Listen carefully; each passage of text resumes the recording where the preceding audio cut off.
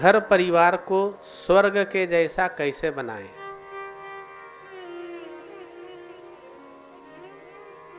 बहुत सुंदर प्रश्न है। प्रश्न बहुत सुंदर है। इसमें कमी क्या है? कमी है कि स्वर्ग के जैसा कैसे बनाएं। वास्तविकता तो ये है कि तुम्हारा घर स्वर्ग ही है। मैं एक बार कहीं सत्संग दे रहा था। किसी सज्जन ने पूछा, महाराज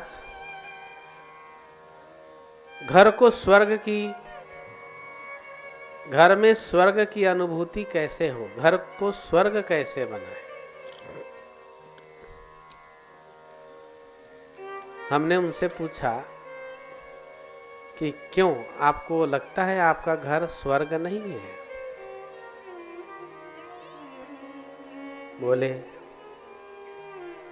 घर में विवाद हो जाता है, अशांति हो जाता है।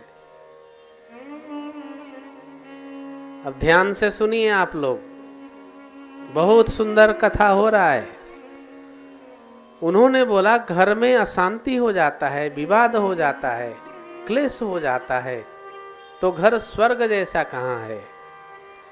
हमने उनको बोला कि ये तो स्वर्ग में भी होता है।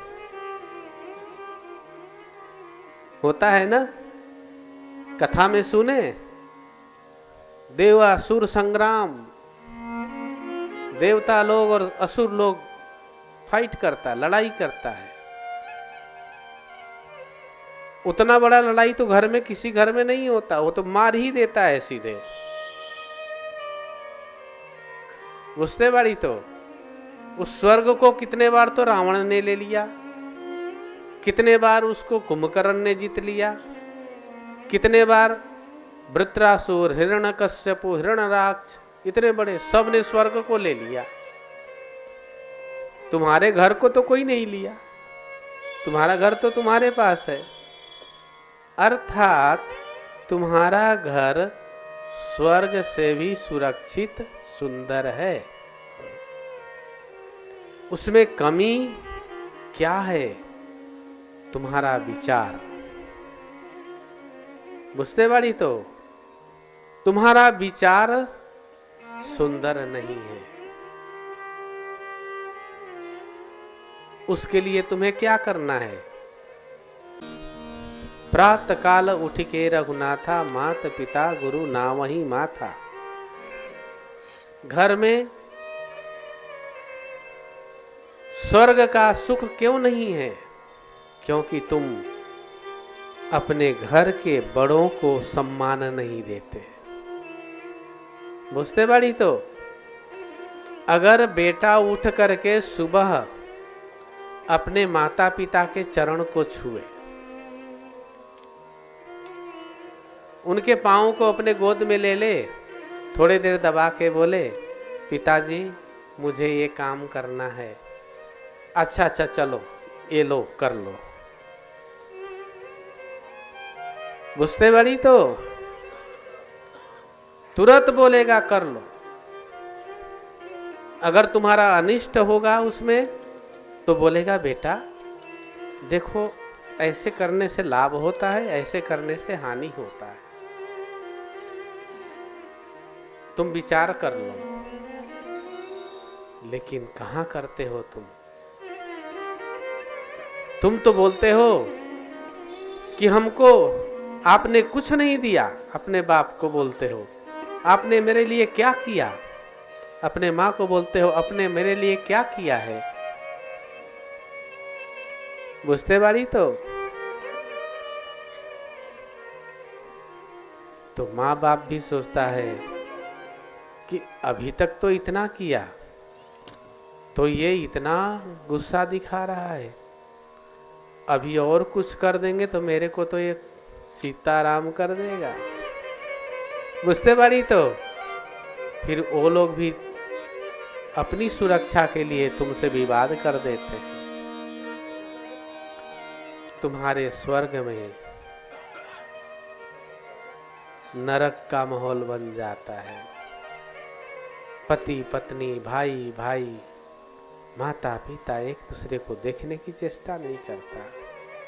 इसीलिए अगर तुम बड़े हो तो अपनी बड़प्पन को बना के रखो। माता पिता छोटे हैं, उनको आशीर्वाद देना मत भूलो, उनको संस्कार देना मत भूलो। मैं एक घर में गया, चंडीगढ़, एक भक्त के घर गया।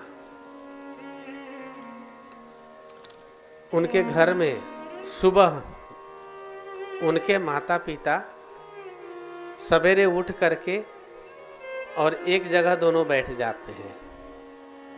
उनके 3 लड़के हैं, एक तो बाहर रहते हैं कनाडा में, 2 वहाँ पे रहते हैं। उनकी पत्नी और वो दोनों आएंगे, आके माता पिता को प्रणाम करेंगे। जैसे भगवान को प्रणाम करते हैं ऐसे प्रणाम करते हैं। प्रणाम करके और कल का जो रिपोर्ट है वो देंगे कि यहाँ पे ऐसे हुआ, इतना खर्चा हुआ, यहाँ ये काम हुआ। मैं उनके घर गया, रात्रि विश्राम किया। सुबह मैं उठ करके जाप कर रहा था, तो जाप कर रहे थे तो मैंने सुना, आवाज सुना। उनके पिताजी बोले, खूब कृपा है, भगवान की कृपा है, तुम लोग दोनों सुखी रहो, ऐसे करके बोल रहे। तो मैं उठ के खड़ा होके देखने लगा, कोई महात्मा के आशीर्वाद दे रहा है इनको। मैं देखा तो वो दोनों माता पिता दोनों हाथ उठा के आशीर्वाद। मेरे आंखों में आंसू आ गया। हमने कहा अभी भी हमारे भारतवर्ष में संस्कार जीवित है। फिर बहुएं अंदर से उनको चाय बिस्किट सब ले आके देते हैं, वहाँ खाते हैं। उसके बाद उनके घर के बहू और बेटे जाकर के डाइनिंग टेबल पे वो खाते हैं। बुझते बाड़ी तो कोई भी आवाज उनके घर में नहीं है। छोटे छोटे नाती, छोटे छोटे नातनी उठते हैं, पहले दादा दादी को प्रणाम करेंगे, फिर मम्मी पापा को प्रणाम करेंगे। बुझते बाड़ी तो फिर मैं बैठा था, वो आके मेरे को प्रणाम किए। तो मुझे लगा है तो ये तो साधु के घर में रह रहे हैं हम। मुझे 1 रात के लिए रुकना था, मैं वहां 2 रात रुका। बुझते बाड़ी तो इतना अच्छा लगा मुझे। तो घर स्वर्ग है, स्वर्ग से भी उत्तम है तुम्हारा घर। कष्ट है कि तुम्हारा विचार स्वर्ग जैसा नहीं है। किसके जैसा है? स्वार्थ के जैसा है। और स्वार्थ के कारण तुम्हारा सुंदर स्वर्ग थोड़ा सा डिस्टर्ब हो गया है। ज्यादा नहीं हुआ है, थोड़ा हुआ है। अगर चाहो तो तुम ठीक कर सकते हो। कैसे ठीक करोगे? प्रथम या तो क्षमा करके ठीक कर सकते हो, या तो क्षमा मांग के ठीक कर सकते हो। 2, क्षमा मांगना किससे है? जिससे तुम्हें कष्ट है। क्षमा करना किसको है? जो तुम्हें कष्ट दे रहा है। सारा काम सिद्ध हो जाएगा, सही हो जाएगा।